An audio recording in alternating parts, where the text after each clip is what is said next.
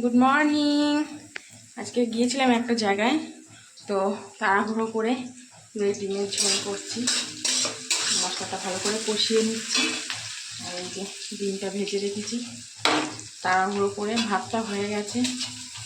ডিমের ঝোল আর ভাত করবো আজকে। দেখি একটু যদি টাইম হয় ভাজাভুজি করবো।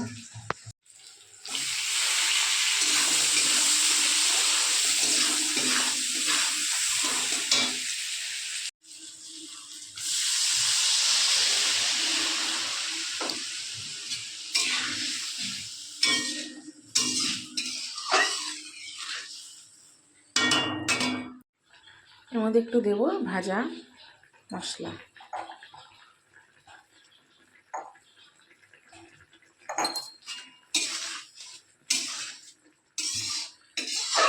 দেখো ভাজা মশলা দেওয়ার পর কালারটা পুরো চেঞ্জ। না হয়ে গেছে ডিমের ঝোল।